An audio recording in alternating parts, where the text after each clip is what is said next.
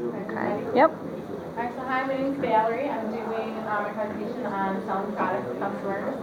So show of hands, how many of you have been at a job where you've like had to sell something or, okay, so a lot of you. Alright, so many of us have been at jobs where we have to sell a product. If you haven't been, I mean, it could be in your future. And today I'm going to show you some tips on how to get the customer to sell what you want to offer them. Sometimes it can be hard because they come in and they're just like not interested at all, and you want to come up to them and be nice, and you don't want to bug them, but you want to give them that you know enough about the product and that you're there to help if you want. And sometimes it's easy; they'll come in and they know exactly what they want, and hopefully you're there to help them. So, the people who have been in a position where they've had a job, they had to do with sales. Who can tell me like a successful story that they might have had? Okay, go ahead. We sell these things called tech suits, so like they're the suits that the people wear in the Olympics. So they're like $500 suits. Oh my God. And people come in all the time and they're like, why is it so great? And in great detail, I have to tell them why it's so magical. And it happens about 3 or 4 times like a day when I'm there. But if they're trying to choose between the two, like I don't really have a favorite, but I just give them every product detail I can, and I tell them what Olympians have worn it and stuff, and like knowing that much about the suit, like the customers are really happy about it, and they know like what decision they want to make ultimately just by knowing what I tell them. Mm-hmm. That's good, because then if they know that your products, they obviously you're not lying to them just to try to get them to buy it. Is anybody else? Daniel? I used to work at PetSmart, my birthday summer job, and a lot of people don't understand that when they like have a dog, it's like changing their food, and they'll change like immediately. They won't give it time, but it's supposed to be like a month-long process. So I found this one lady who was doing that, and I kind of help her kind of find better food for her dog who actually eat. But not like instead of changing it, just adding stuff to it that'll make it like better. She like ended up staying with the same product, but just buying the little things to add on to it. She like loved it. She said it worked after a couple weeks. Oh wow. Okay, anybody else?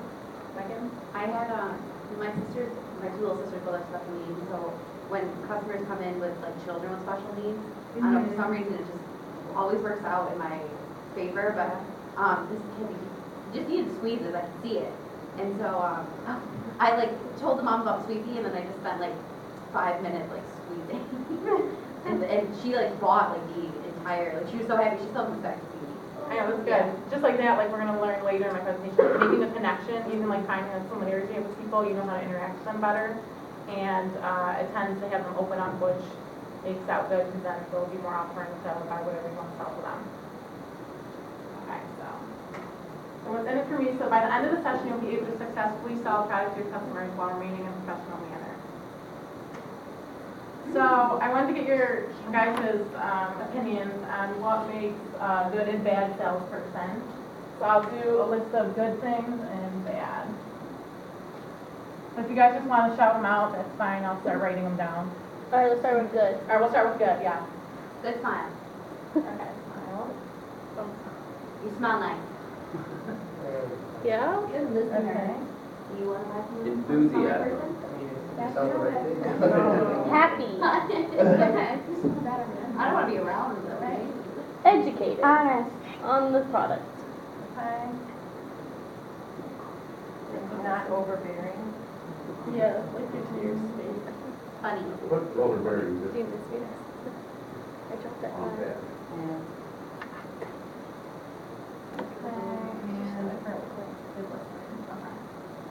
Some all really good ones. Okay, now what are some bad ones? Bad breath. What was that? They smell bad. Bad breath. There's nothing I hate worse than squirrels. Messy appearance. Too pushy.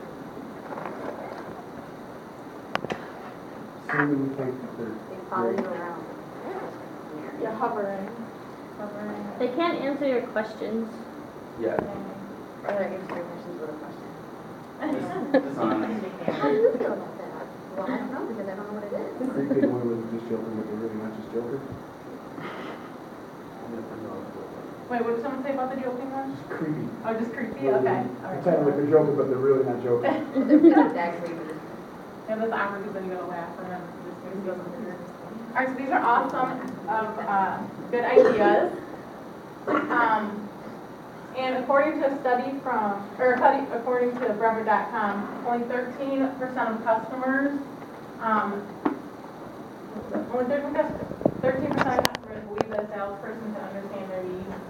So a lot of times, I guess, people don't feel like they understand what they really want, and a lot of times, people probably think that the salespeople are trying to sell them into something that they didn't originally come there for. So I'll get some slides to up like a good salesperson, acting clean, and to the right is a bad salesperson who's just freaky, like you said. Okay. So today I'm going to give you 3 steps to success. One is to make a connection. Like Megan was saying, the special needs, even deal, because she has got, you said you have a little sister? Two little sisters. 2 little sisters. So, yeah, a lot of times, you know, people might feel uncomfortable, they don't know how to interact with them, but when, like, the mom saw you interacting good with them, they're more open and they want to hear what you have to say more. And also knowledge about a product, if you guys put under, is a good thing to have when you're a salesperson. You don't want them to just kind of beat around the bush and, you know, just give you, like, crappy answers, especially with, like, the cars salesmen. I know a lot of times some of them don't even know much about cars and they're just trying to, you know, point out things that are good about it. Like, for instance, my dad's like a mechanic, or he was a mechanic, so whenever I had to go car shopping, I always brought him with me, and he'd always like pick things out, like, oh, this car was in an accident, and then they would try to cover it up with, oh, no, it just had like a little bend, and we just tried to like paint it over and stuff like that. So it's always good to have knowledge about it, because you never know who's going to come there, and even the customer might have even more knowledge than you, so you want to make sure you can, I guess, beat them about their knowledge. I don't know. And then positive body language, when you're going up to somebody, always smile, you know, ask them how the day's going. I work at a bank, so a lot of times I just, you know, smile, make small talk, even if it's something as little as like talking about the weather. That can lead to like great conversations.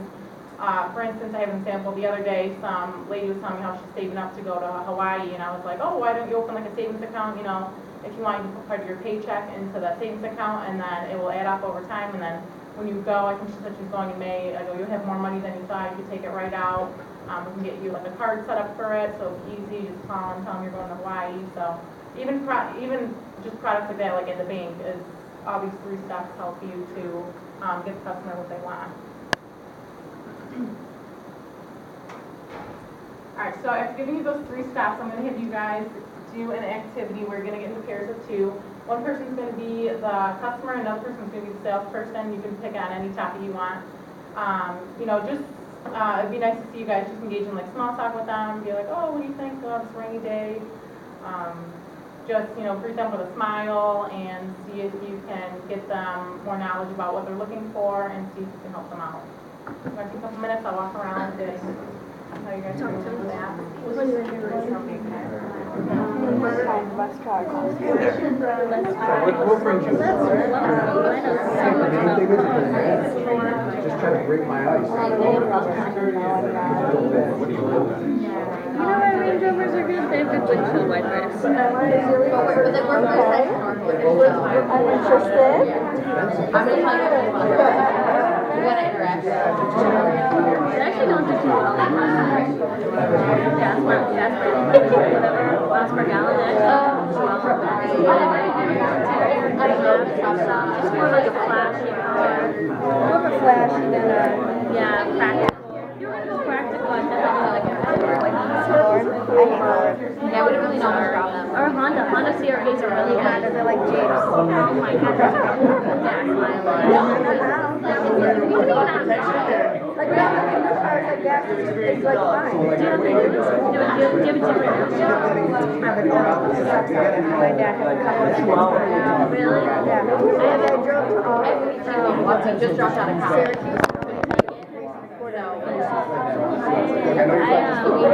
I have a Kia Sorento.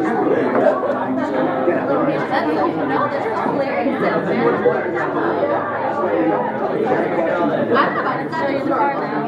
Now it's only 20 cars.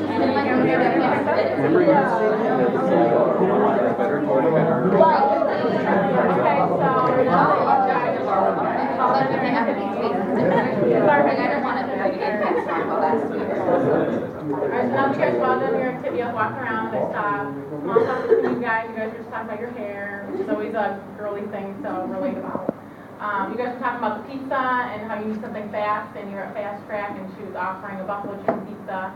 So, it's good just to, see what's convenient for the different customers, and to get what they need and get them out the door.